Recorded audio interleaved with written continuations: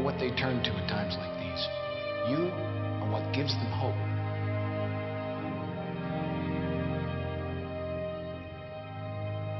Let's win one for them.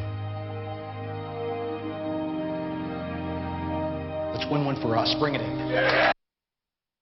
Okay, our next guest is a California native, and he's won a Super Bowl and a Rose Bowl as well. He was also featured in the movie Invincible, and he's here for a very special cause this evening. Coach Dick Vermeil is with us, along with Cindy Pollard from the Bakersfield Chamber of Commerce. Good morning, guys. Thanks for being with us. Great to be with you. So, Coach, 2006, Invincible comes out. Greg Kinnear plays Coach Dick Vermeil. Mark Wahlberg, a Boston native, plays Vince Papale. How did Greg do?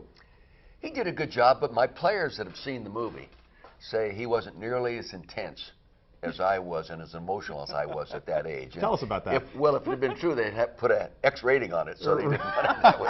So, yeah. But Not that's you, what Coach. they tell me. All right, well, tell us about how accurate is the movie. This is the Disney movie. Sometimes they take Disney liberties, we'll say. Yeah. Is it true to history? It's basically a true story. When they gave me the script to read, which I did, I called up the producer and I said, you know, a lot of things in here are not true. And he said, well, we're not doing a documentary. Right. We're telling a story. Right. But the story is true, and they did a nice job with it. In fact, it's sort of being revived now because it's going into different avenues, and they're still selling a lot of DVDs of this movie. It's a great movie. Vince Papale. Now, Coach, this was your first year in Philadelphia, your first job in the NFL. Why did you decide to give open tryouts? Well, we didn't have any draft choices. We didn't have a first, second, or third round draft choice that year, or for the next 2 years, in fact. So I felt if we just opened it up, we might find some retired NFL players that might want to play one more year, or some college guys that never got a great shot. And we had about 100 guys show up to this camp. Okay. And Vince was, I think, the only one we signed. Here's an Italian kid that ran the fastest 40 time.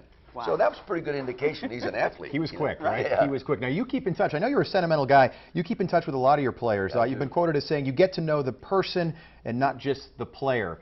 So I know that Vince has been up to your winery as well, and you keep in touch with all your players. We have pictures of him in there. I was with Vince last Saturday. I was at a Vermeil wine deal at Total Wines in Cherry Hill, New Jersey, and Vince and Janet and Vinny, his son, who's a Division I recruited wide receiver now himself, came over to say hello and taste wines and then head out. Yeah. Well, Coach, so I know you have the winery. You're from California.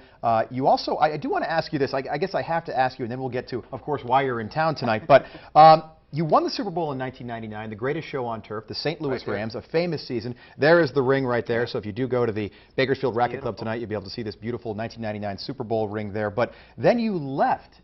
You left on top. Not too smart. Now you were burned out. Is that what no? That was the first time. That was the first time in Philly. I was 63 years old, and I figured, my gosh, what an opportunity. You know? I have a Coach of the Year trophy at home. Yep. And every name on that trophy had been fired except me. And I figured, here, we win a world championship. What an opportunity to go out a winner. Exactly. Leave on top. Okay, so then Mike Martz, your offensive coordinator, he takes becomes over, the head coach. Yeah, did a great job. Did a great job. Back to the Super Bowl. But what happened in that Super Bowl? The Patriots won their first Super Bowl. Tom Brady's career, Bill Belichick's career are launched. Would you have won that game? No. No. Mike Martz was a great football coach, and he's a big reason we won it the first time. Okay, Coach. So you are in Bakersfield tonight for a Young Professionals event. Cindy, tell us about the event at the Bakersfield Racquet Club tonight. Absolutely. The event's taking place from 5:30 to 7:30, and it is the kickoff event for the Bakersfield Young Professionals, aimed at young men and women between the ages of 21 and 35. Okay. The program itself will offer professional development opportunities, mentoring opportunities, social networking, as well as community involvement. And anyone between the ages of 21 and 35, we're inviting them to get involved. I fit in that category, You don't I? do, so do I. And he fits very well into that category. Okay, so again, the event is 5:30 to 7:30 tonight, and Coach, you'll be speaking, I assume? I will. Okay, and that's the Young Professionals event. It's the Chamber's kickoff event as well, and it's at the Bakersfield Racquet Club, which is a lovely venue as well. Coach, I do want to touch on UCLA. Of course, we're in California. You're a California native. 1975. They hadn't won a conference championship in 10 years. You go up against the juggernaut in Ohio State, and you guys win the Rose Bowl. Well, we had set them up for the kill because they beat us so badly early in the season, 43 to 10. And so they came to Pasadena very cocky, feeling that they'd already won the number one team in the country. They had already won it, but they forgot they had to play the game. And that motivation to our team, plus we matured, got a lot better by the end of the year.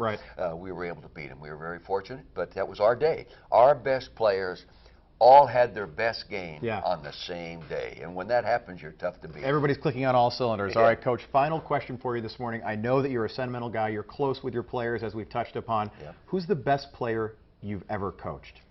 Wow, that goes by position, but Yep. the first name that comes to mind is Marshall Falk. Marshall Falk, of course. Yeah, he's greatest show already on in the turf. Hall of Fame. The Yep. next Hall of Famer will be Kurt Warner. Yep.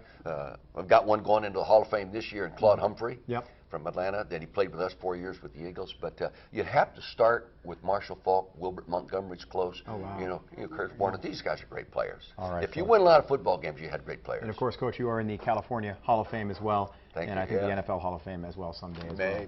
Maybe Absolutely. That is head That's coach. not. I have no guaranteed. control of that. I think it's guaranteed as well, I Coach. think Well, it's thank you. guaranteed. Nothing's That is head guaranteed. coach Dick Vermeil, a lovely Thank you. Super Bowl ring. Thank Cindy, you. so nice to see you Great as to see you always. again, Head out to too. the Bakersfield Racket Club tonight for a wonderful event hosted by the Chamber of Commerce. Head coach Dick Vermeil will be there as well. I'm Rob Finnerty. Stay with us. Eyewitness News will be right back.